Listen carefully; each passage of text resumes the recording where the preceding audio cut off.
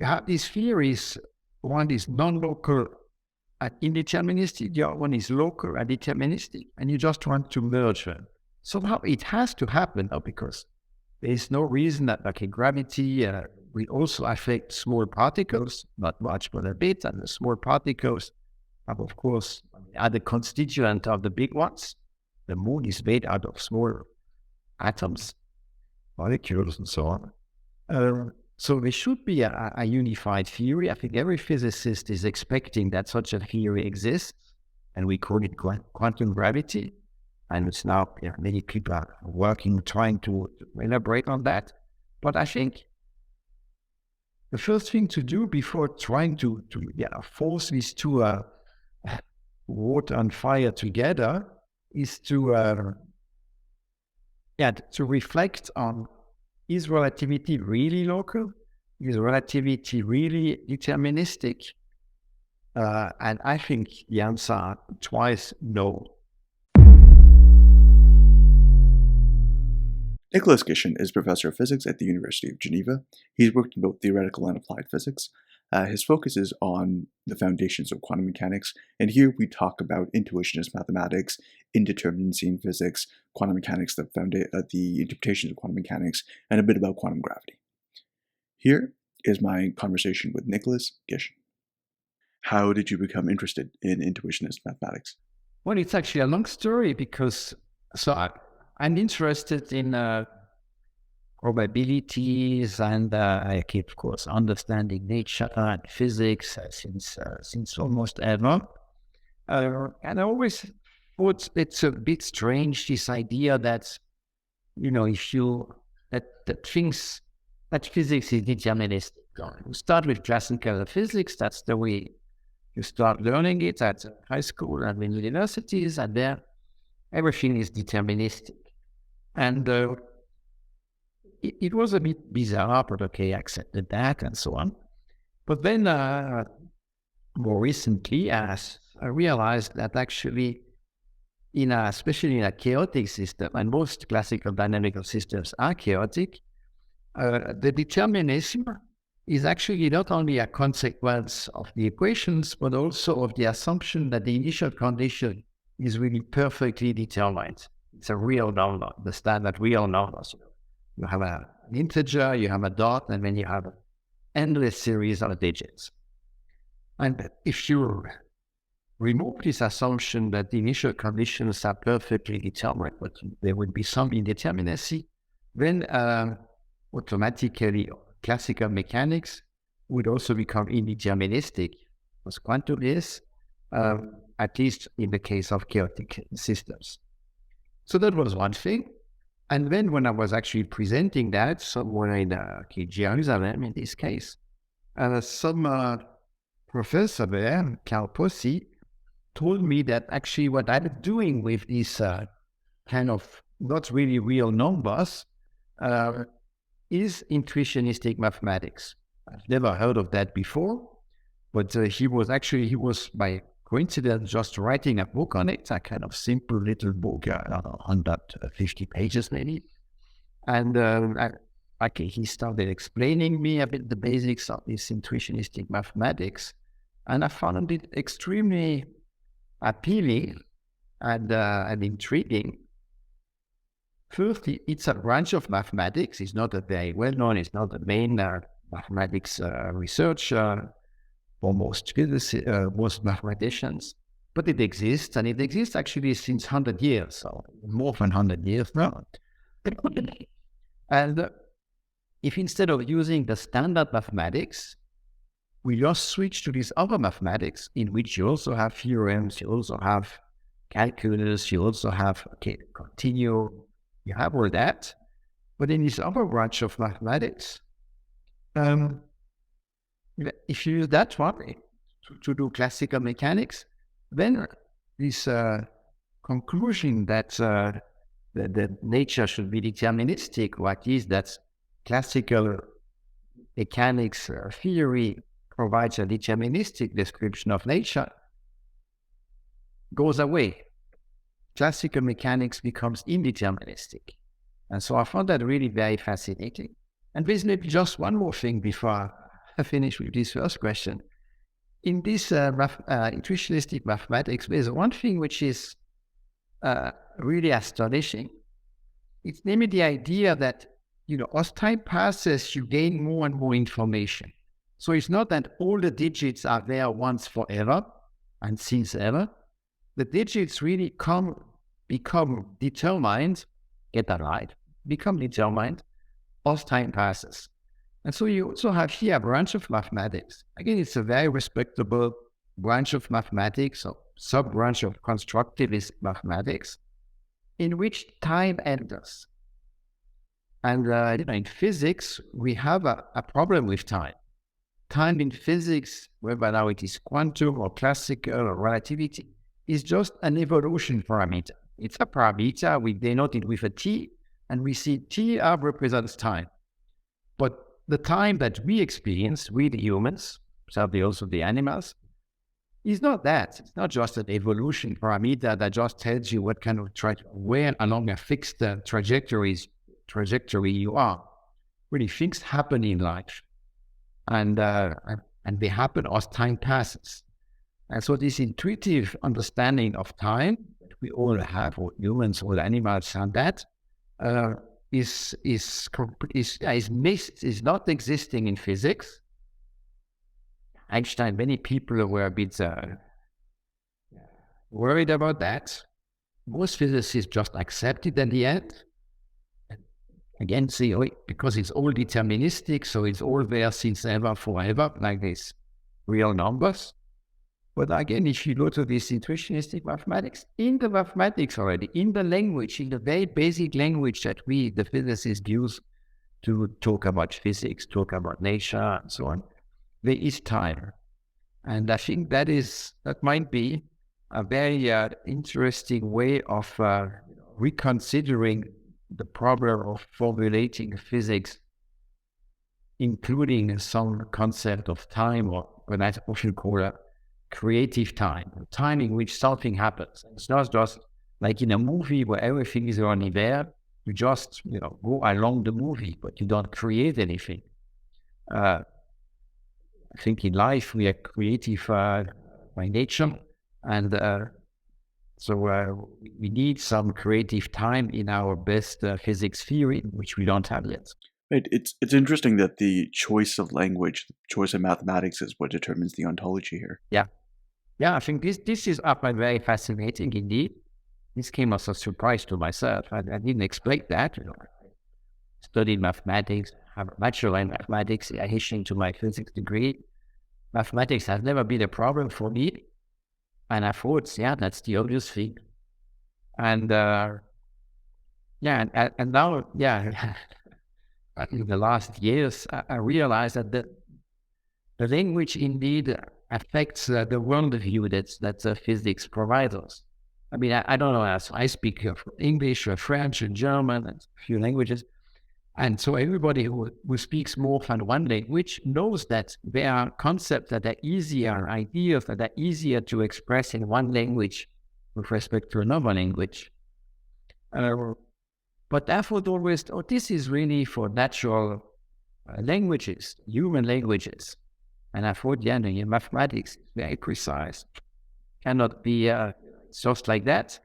And in mathematics, that would not be the case. But actually, you have different mathematical languages. And with different mathematical languages also leads to different worldviews that physics presents you.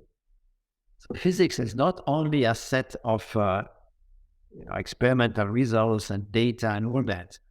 Actually, the language you use to sort out all your data, so you formulate a theory with some ontology that you get some explanations.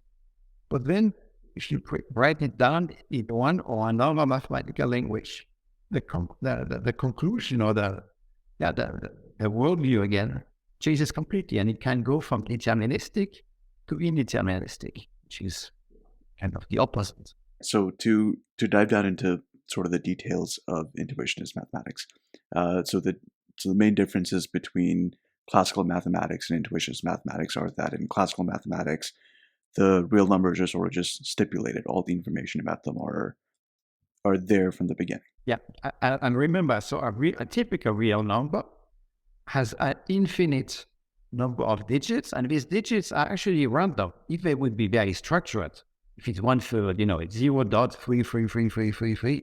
Okay, there's a lot of structure. And this you can, of course, compress. You can just write 1 divided by 3. So for these kind of numbers, you can compress everything. That the one that can be compressed, we call them computable.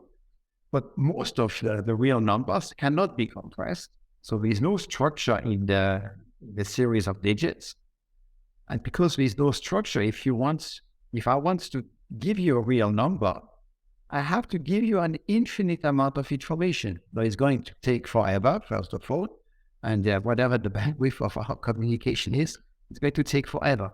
So you really have to understand that when we say, let x0 be the initial condition, physicists say that all the time. Actually, we are making an enormous assumption here. We say, let x0 denote the infinite amount of information, which then would allow one to, at least in principle, compute all the future of the dynamical system. But I have to give you initially an infinite amount of information, not just a little bit. It's infinite, at least for chaotic systems. If it is not chaotic, you don't need that much. But for chaotic systems, I need to give you infinite information. And, if you think about it, not from a mathematical point of view, but from a physics point of view, there are no infinities. Each time's finite, it's great and everything once, but there are no infinities. And for instance, if I just consider, let's say, this little volume here, and imagine I have a little marble here in the middle, the initial condition, let's say the center of mass of this marble in this finite volume, should be described according to standard views by a real number. So there should be an infinite amount of information in my little volume. And again, from a physics point of view, you never have infinite densities of information. As soon as you realize that, and you say, okay, let's now say that my numbers have finite information. It's a finite information. Maybe this information may be growing as time passes, but at each time it is finite. Then you see that you have actually some indeterminacy. So my marble's center of mass doesn't have a perfectly determined position. There is some indeterminacy here. And okay, now if my marble is just staying there, or if it's just oscillating like a pendulum, that's okay. But if it's evolving with some chaotic dynamical system, then this very, very small initial indeterminacy may kind of, drive the system, marble in this case, one way or the other. So it may evolve completely differently. This is now the indeterminism.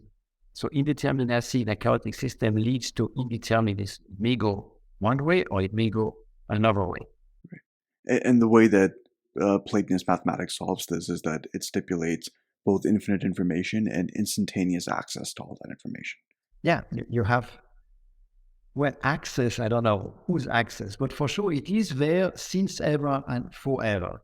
So again, let x0 be a real number as an initial condition. There you give everything. Let x0, infinite information, bam, at once. And so I said that's in my lectures for years. But now I realize that this is a bit absurd. It's an excessive assumption. Just as a quick aside, when I talk to a lot of mathematicians, they say that Platonism is kind of the intuitive way that they think about mathematics when they're not really thinking about the high-level theory. They're just doing the math. Yourself, as a mathematician, as someone who thinks about intuitionist mathematics, do you share that commitment, or are you finding it more natural to do math with an intuitionist view in the background? Yes. So indeed, that mathematicians, many of them, they have this Platonistic view. So these numbers and these mathematical objects, they exist in some Platonistic world. And this Platonistic world exists, it's outside of space and time. There's no time there. So it's a timeless language, mathematics. And maybe it's very, maybe for sure, it is very beautiful. It's very attractive intellectually. Mathematics is beautiful. And mathematicians should continue developing this super elegant, what was poetry. But that's one thing, that's mathematics, and there's nothing wrong with doing that. But when I now want to apply that to physics, I would have a language in which time enters. And I want a language in which things can evolve and there can be some creativity. Because I think that exists in nature. I want to be describing nature, so I better have a language that allows me to describe nature as it is, and not as if it would be, I don't know, in a platonistic world. And so I think for physicists, intuitionism is much more natural. Right. And it doesn't make sort of extra metaphysical assumptions about the ontology of mathematics. It makes it different mathematics. And in the classical mathematics, that's the Platonistic view, and these objects exist, outside of space-time, have nothing to do with space and time. It doesn't depend on time. They are always the same, since ever, forever. They're in the same relationship and so on.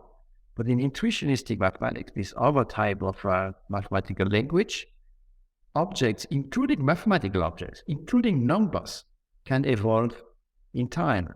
So things change, new information gets created as time passes.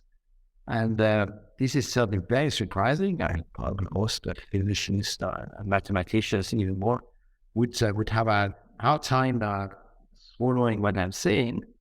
But it's a language which is well developed, formulated, which can do all the computation. Actually, everything you can do on a computer, you can do that. Maybe a computer is a good example. So I'm not saying that intuitionism reduces to a computer. Actually, intuitionism was invented before computers. But when you have something going on in your computer, for instance, you want to simulate the climate. Climate is something important, it's very timely. How do people simulate climate? They have huge computers, but finite. And then they put the best initial condition they can put into their simulation. But they cannot put a real number as initial condition, because a real number is infinite information and they have a finite computer. So they truncate. So we take truncated initial conditions. And then they run the algorithm, the simulation algorithm, maybe a deterministic algorithm. But because it is chaotic, the weather, the climate are chaotic dynamic systems. So when we go evolve out of their simulation, at some point, this truncated initial condition is no longer sufficient. We need additional information. How do we do that? We just put random digits into it. And first you may say, but that's nonsense. It's not random.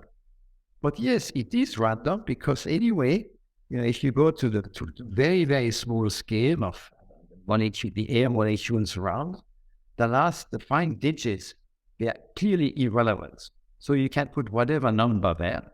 And so in practice, the guys who are really doing that, really professionally, climate physicists, they add to this initial truncated condition, they add random digits. And that's the way then they let the simulation evolve over tens of years, 100 years, and predict, if we don't pay attention, then the climate will heat up more and more, and so on. So the real physicists are doing that. Of course, they're not conscious that they are somehow doing intuitionistic mathematics, but that's what we're doing. We don't use real numbers with infinite information. It doesn't fit in the computer anyway.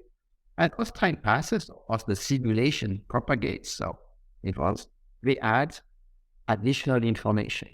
How do you view the continuum in intuitionist mathematics? Yeah, that's a very, very good question.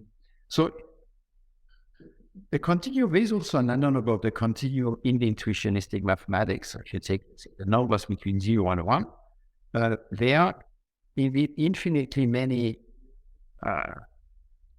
we call it choice sequences in intuitionistic mathematics. Let's call it just intuitionistic numbers, not to introduce too many terminology. Let's just call it intuitionistic numbers. So these numbers evolve, and they all will evolve in such a way that we are going to cover the entire continuum. So it will not remain any holes or anything like that. And this continuum, if you go now to the limits of infinite time, I don't want to go to infinite time because I don't want infinities. But if you think in terms of going to these infinite times, then you really just recover the standard real numbers. Because at the end of time, everything is settled. Of course, there's nothing like the end of time that's built to infinity. But you want to understand that, maybe a bit intuitively, at the end of time, indeed, all the digits are there. So you recover real numbers. But at any finite time, even 1,000 years or whatever, there will only be a finite amount of information. But additional information is popping up continuously. As the process evolves. Yes, as the process evolves. Yeah. Is that where the idea of thick time comes from? Yeah, I'm talking often about viscous time. Indeed. I try to remember how does that go with this. You can have really these kind of processes, so these numbers that evolve, and sometimes numbers just get really separated, and then you can put your finger in between different numbers. But you could also have numbers that evolve and kind of stick together, and so somehow you have a concept of viscosity here. Okay, I don't remember exactly how it goes now, I have to say.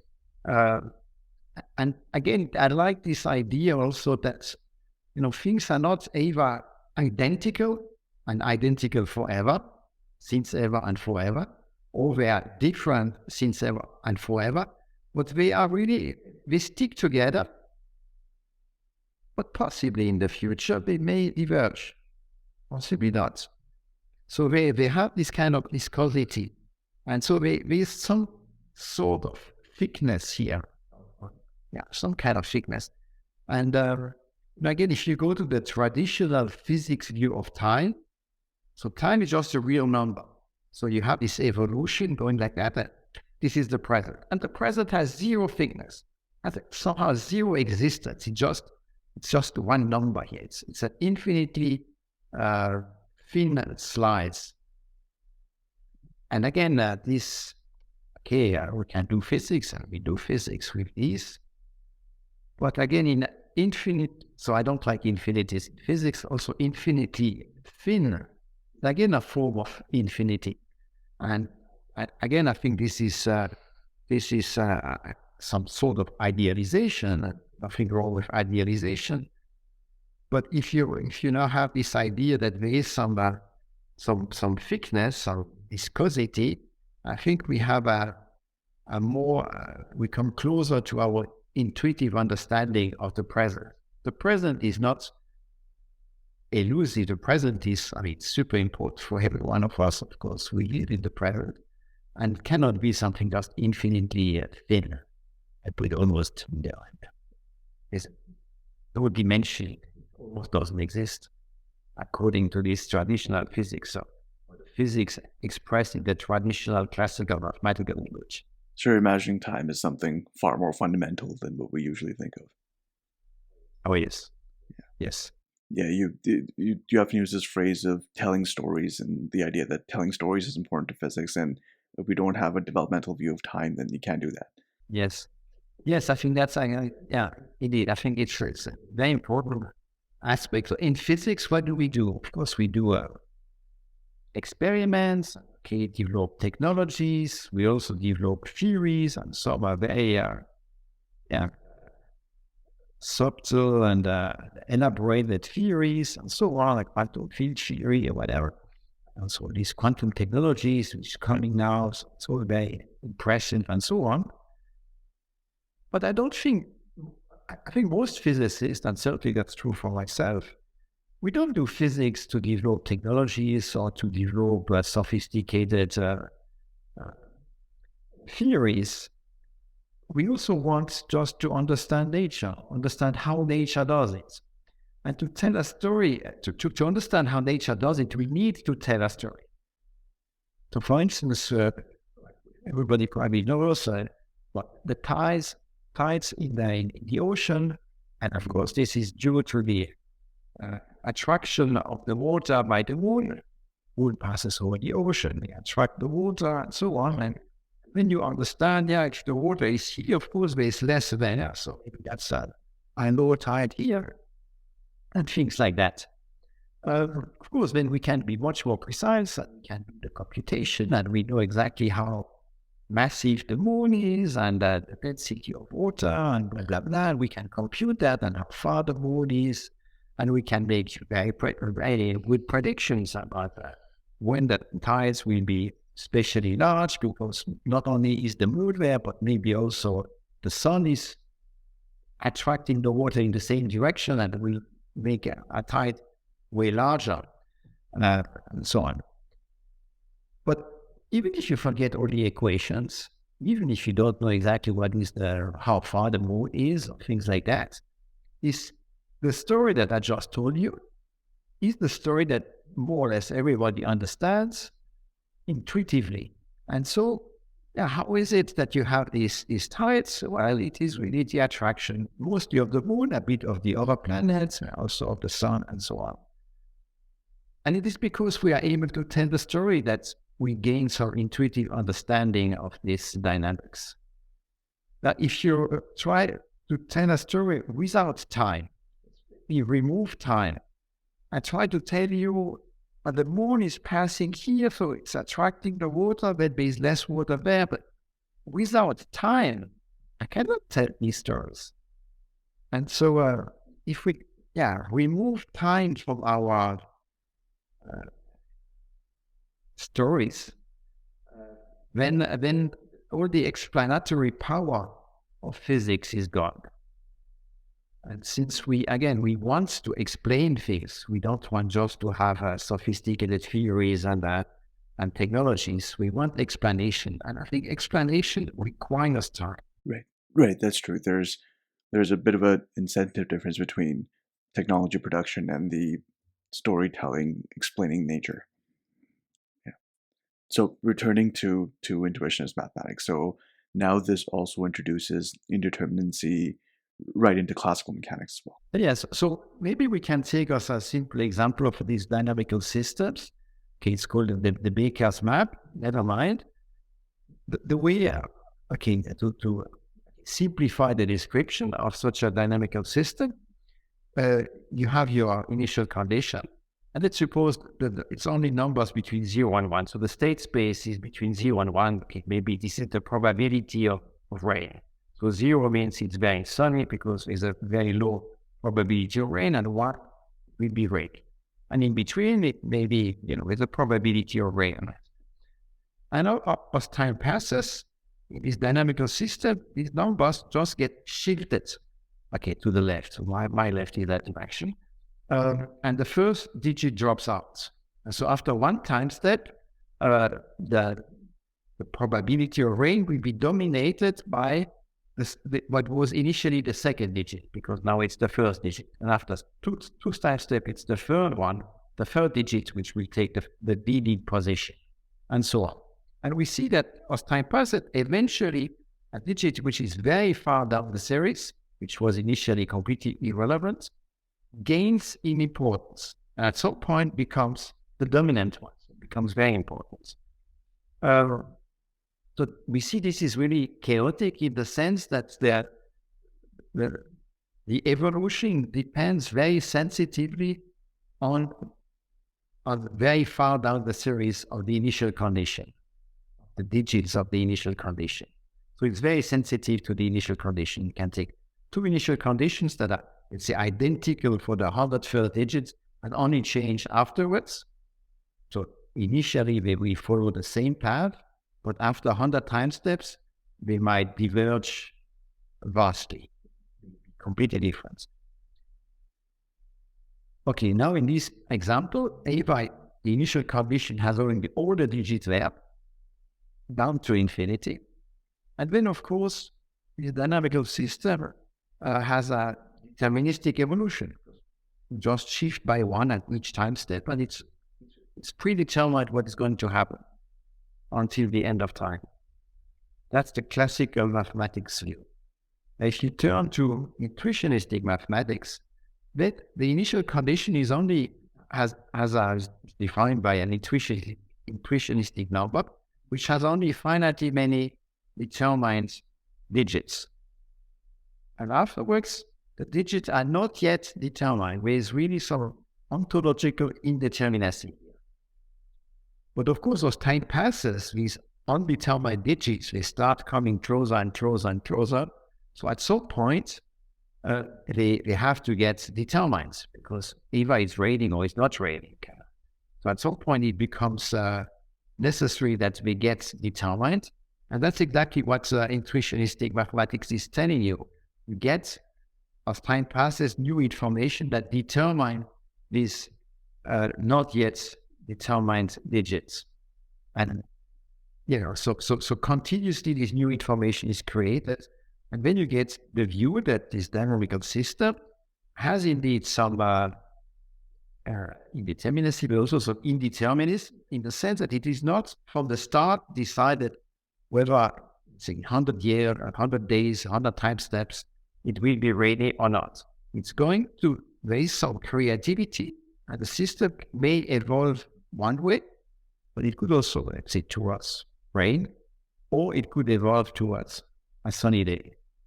So I think this is, okay, again, it gives a different world picture using a different language, but I would also say that, at least to my taste, this deterministic worldview with some small but real indeterminacy, the initial condition, gets much closer to the physics as I understand it. The weather today is whatever it is. In a year time, maybe rainy, maybe not rainy. Of course, I don't know, and no one knows exactly whether in Geneva it will be rainy in exactly 1 year time. But I don't think we need then to say that it is determined, that it's just our ignorance. We don't know. Equally well, and we are with intuitionistic mathematics totally allowed to believe that the weather in a year time in Geneva is not yet determined. It's open. The future is open. Right. Because if you don't use this kind of language, you can chalk it up to some sort of epistemic problem in chaos theory. But if you do use intuitionistic language, then it's a matter of fact in the ontology. Yeah. So just to shift gears a little bit then, talking about quantum gravity, totally different subject. Yes. Very different indeed. Do you have any favorite interpretations in quantum gravity? No. Of course, I could now say different things, but I think indeed. So we have quantum on one side. So I'm a quantum physicist. I spent all my career working on quantum physics. I still work with quantum physics. So of course, I'm very much very much influenced by quantum theory and nonlocality and randomness and so on. But so in quantum, really, you have entanglement, Nobel Prize of last year in physics, entanglement and nonlocality. Here it's for simplicity, put them together in a basket, and you have this indeterminacy. On the other side, you have gravity. Let's say gravity, general relativity. General relativity is our best theory of gravity. And this is, first of all, local, absolutely local. Events are points in space-time, and really points in the mathematical sense. Not form, just a point. And it's also deterministic. People arguing that relativity has to be deterministic. I'm not sure about that. But for sure, most people would understand relativity as deterministic. And then you have these theories. One is non-local and indeterministic. The other one is local and deterministic. And you just want to merge them. Somehow it has to happen now, because there is no reason that gravity will also affect small particles, not much, but a bit. And the small particles have, of course, are the constituent of the big ones. The moon is made out of small atoms, molecules, and so on. So there should be a unified theory. I think every physicist is expecting that such a theory exists, and we call it quantum gravity. And it's now many people are working, trying to elaborate on that. But I think the first thing to do before trying to force these two water and fire together is to reflect on, is relativity really local? Is relativity really deterministic? And I think the answer twice no. And so we need, I'm starting now with classical mechanics, which is pre-relativistic, but clearly you can introduce randomness there, or indeterminacy, which leads to indeterminism. And then that also goes all the way to relativity. And also, I guess, the quantum non-locality is in great tension with relativity, even special relativity. I know we cannot communicate faster than light. We cannot use quantum non-locality to signal. That's totally correct. But still, if you see these photons or particles that are able to violate some very inequality, they seem to coordinate at a distance. And this coordination at a distance is not at all in the spirit of relativity. So I guess we need to change these basic theories, quantum and relativity, a lot before having any chance of merging them into one quantum gravity theory. And I think most of the people who are working on quantum gravity today are going too fast, jumping ahead, and I don't think that's going to work. For instance, I'm convinced we need a way better understanding of time before we can hope for a quantum gravity theory. Do you mind expanding on that?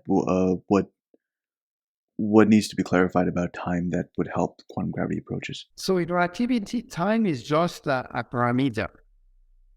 And okay, it's this geometric parameter that Einstein introduced. No doubt that works pretty well. But time in physics, and especially in quantum physics, is very different. You can perform a measurement, and before we perform the measurement, there was no output. The output is produced by the measurements, and after the measurement, of course, there is a result. So you have something creative happening there. You have really new information that gets created during these quantum measurements. And so this is a completely different sort of time. So we give the same name to the geometric time and to the creative time. So could also call one Parmenides time, because that's when everything is there. It's the existence that counts. And then the other time is Heraclitus time, when what is important is the passage, the changes. And so in relativity, we have only one sort of time. In quantum, we have kind of the two times already, but the creative time is not really well understood. Okay, we name the measurement problem, we don't really know when that is happening, how to deal with this measurement problem, how to characterize when a measurement takes place or when new information gets created. And I consider this as a real physics problem. I think quantum mechanics in this sense is incomplete, not at all in the sense of Einstein and John Bell. I'm not looking for local variables and things like that, but I think it's incomplete because we have more understanding of the measurement problem.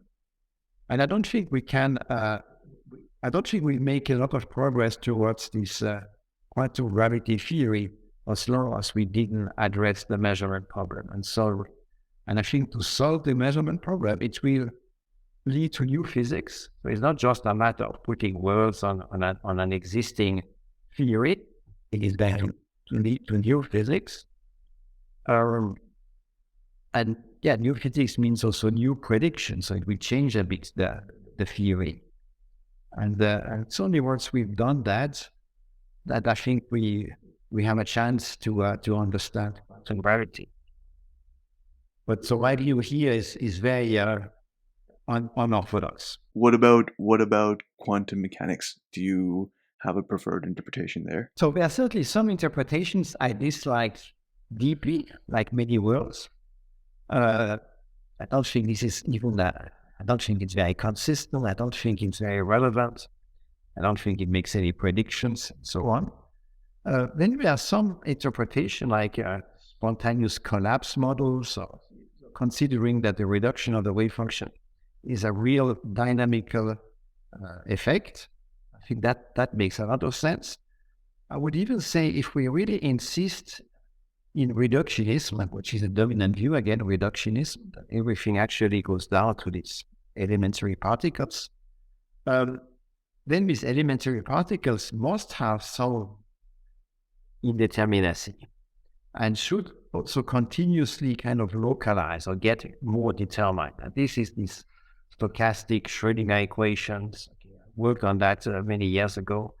And now today people call it the GRW model, things like that. So I think this is quite attractive, and it's attractive. Okay, it keeps reductionism. Not sure this is attractive or not, but it's certainly a feature. And it's also very attractive because it could be wrong. At least you could falsify. And I think then it shows that at least this is a physical assumption. Modifying the Schrödinger equation has effects. And at least it could be wrong. Again, this is a feature, it's not a defect. The fact that it could be wrong means also it could be correct in an interesting way by making new predictions. So this is maybe one of my favorite interpretation. But maybe we should be even more radical and start thinking that this reductionistic view is maybe not the end of the story, and that maybe after all the Copenhagen view, that there is this classical world, and when the classical world sometimes asks questions to the quantum world, and the quantum world has to answer. So it's really a kind of top-down causation. So again, top-down causation and physics, most of my colleagues would shoot at me. I mean, in a nice way, it's not a problem. But maybe we should have the courage to think that indeed it's not always going bottom up, this elementary particle influencing everything, the moon, that cosmology, but maybe there are also some things that go top down. So I'm open to these kind of ideas. However, I should also add that this is way too vague to be physics. This is just nice thinking. Okay, now it's getting close to 6 o'clock on Friday afternoon, so I know myself to have these vague ideas and speculations. But maybe maybe someday someone will find indeed a way to make these kind of vague ideas precise enough to turn them into some real physics. Maybe I should say one more thing here about interpretations now of standard quantum mechanics. There's also Bohmian mechanics, probably one of the leading interpretation. And so I don't really like it too much. Again, it doesn't make predictions, and I want physics. And physics, you must have predictions. However, I think there's one way of understanding Bohmian mechanics, which I like.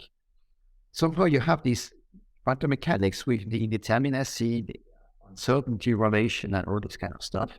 And then you say, okay, I add some hidden variables, non-local hidden variables, these are the Bohmian positions. And then I make my theory deterministic. And by the way, I also solve the measurement problem. This is very similar, in my opinion, to take classical mechanics with this intuitionistic mathematics and say, oh, but I'm going to add also hidden variables to classical mechanics, classical mechanics with these intuitionistic numbers. And my hidden variables will simply be the real numbers, the standard real numbers. So I add all these digits that intuitionistic mathematics says are not yet determined. Let's suppose they are determined. they are clearly hidden. There's no way to access the 100 digits. We cannot access it. So it is hidden. But if you postulate that it exists, then suddenly this indeterministic classical mechanics becomes deterministic. Like postulating this Bohmian position turns standard quantum mechanics indeterministic into a deterministic Bohmian mechanics. But do you like that idea of thinking of the real numbers as supplementary? I think it's a nice analogy, and somehow I'm telling my colleagues that no, they have to make up their mind. Either they accept real numbers in classical mechanics, and then we should also accept Bohmian positions in quantum mechanics. Or if you reject the Bohmian position in quantum mechanics, we should also reject the real numbers in classical mechanics. Because most of my colleagues, almost all the physicists, they accept the real numbers for classical mechanics without even questioning it. But they also reject Bohmian positions. And so somehow it is not really consistent. Bohmian position, again, is infinite information, by the way. So it also determines all the future because you put everything in the initial condition of these Bohmian positions. But why not do the same on the classical and the quantum level? We should be consistent here. And for historical reasons, I guess, physicists, buy the real numbers, but reject the Bohmian positions. But as you probably understood, I'm on the intuitionistic side in classical mechanics, and consequently, trying to be consistent, I'm also rejecting Bohmian positions. That makes a lot of sense. I know we only have a few minutes left, so just last question. I want to ask you about the recent paper you wrote on the open past in deterministic physics. So what's going on there? Yeah, so that's a paper, joint paper with my collaborator Flavio Del Santo, and so we are considering. So you get this additional information continuously popping up or being created. Of course, at any finite time, it's only a finite amount of information, but still, it's a growing and growing and growing information. And so the idea is, could it be that actually some information gets really destroyed, evaporates, so that somehow the amount of information stays more or less kind of constant? But that would really mean that some information completely evaporates. It's not that we forgot about it or that it gets lost into complexity. It's really gone. And if that, under that assumption, which is just a nice assumption to elaborate on, that would imply that the past, at least the remote past, is really also open. Not only is the future open, I believe that the future is open, but then that would entail that also the past is open. I'm not talking about yesterday or a minute ago. I'm talking about really going far back into the past. There is a point in time where information to reconstruct that past has really evaporated. It's no longer existing. It's ontologically gone. And so the past is also open. So we wrote this little paper that you noticed appeared, I think, a few months ago now. And I like the idea, but I wouldn't say that I'm totally committed to an open past. I'm certainly committed to an open future. For the past, I think it's a nice elaboration of this intuition, which I just mentioned. And again, we have some kind of symmetry, past and futures, and both are open. But in this paper, we also argue that,